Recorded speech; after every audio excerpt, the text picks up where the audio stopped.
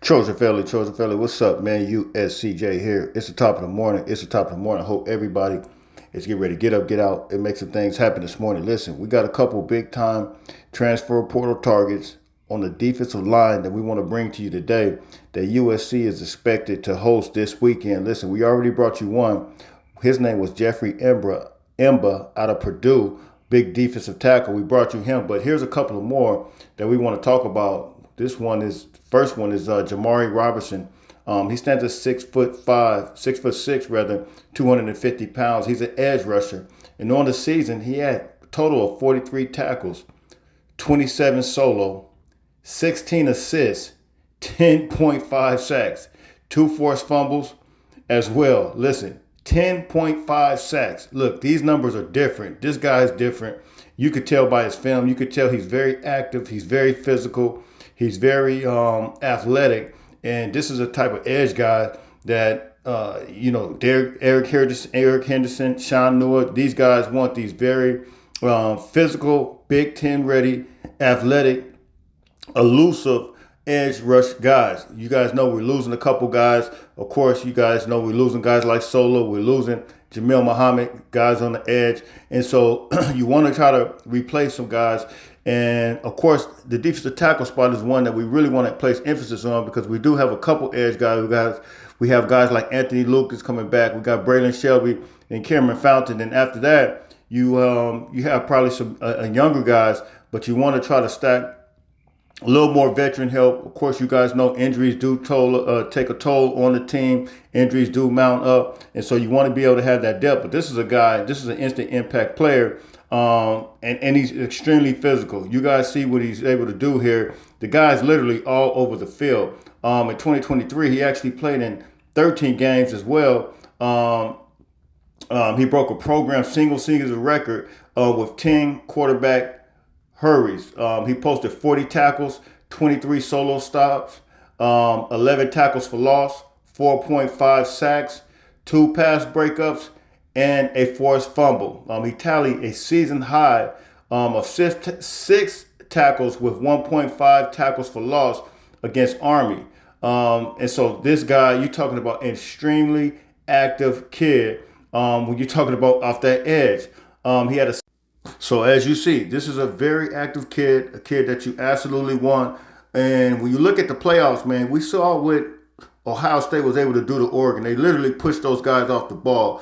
Not a whole lot of penetration when you're talking about from the Oregon defense. So you want to get the right guys. You want to get the right fit. And I think the way we build this team right now, the way the USC coach is looking to build this team, they're trying to add the depth, but they want to have a physical presence on the inside.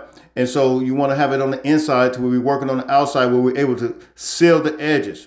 All right, the next guy we got to talk about, his name is Marquise Grace. He's 6'4", 255 pounds, and he's originally from Cincinnati, Ohio, and he's from South Dakota. But this kid has absolutely put up some phenomenal numbers as well. He's another edge guy, but his numbers are just off the chart, man. When you're talking about from a sack standpoint and attacking the quarterback standpoint, these two guys that we're talking about today are guys that are instant impact player, and they're coming in to make some noise. So let's take a look at some of his numbers real quick.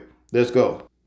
All right, on the season, Marquise, he had a total of, get this, 58 tackles, 32 solo tackles, 26 assists, 8.5 sacks, 2 forced fumbles. Listen, this kid is extremely active, and you see why the coaches want him, man. For guys with big frames like this, able to move and groove, man, you know they're going to play on that outside, that edge. That's the body type. That's the prototype that they like.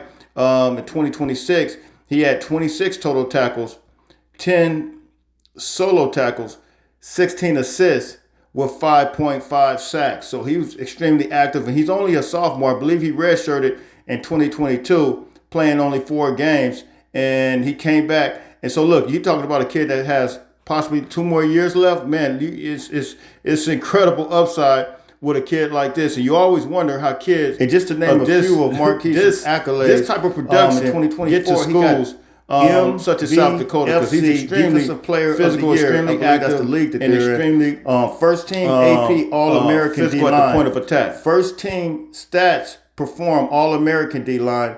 First team Phil Steele, All-American D-line. Second team, AFCA, All-American D-line.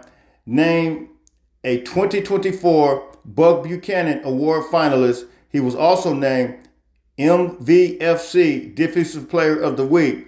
And that was November 11th, following a career best 4 tackles for loss in a 49-0 win over Indiana State, including 2.5 sacks and 3 quarterback hurries. He ended the regular season as the MVFC leader in tackles for loss, which was 17, and sacks in 9.5. So look, you're talking about a kid that's extremely active, and he's getting jiggy with it, man. So hit me in the comment section, man. You guys tell me what you think. These are 2 monster guys on the D line that we're trying to attack, man. And so look, I know there are many people that's going to continue to ask me, Jay, when we bring in the offensive line, look, I'm only going to bring you in what I'm hearing. I can't make anything up. You guys know I try to bring you as factual information as possible as it comes. Yes, I could bring you some guys like I have done in the past, bring you a couple targets. But look, man, I want to get with the factual information, and, we get it close as possible so we can kind of know and project what this roster is going to look like. I'm not sitting here doing no imaginary stuff. So look, hit me in the comments. You guys tell me what you think. It's USCJ32 on Instagram, USCJ32 on Twitter. I'm out of here. Until later on, listen, happy Thursday to everybody, man. Fight on, fight on, fight on.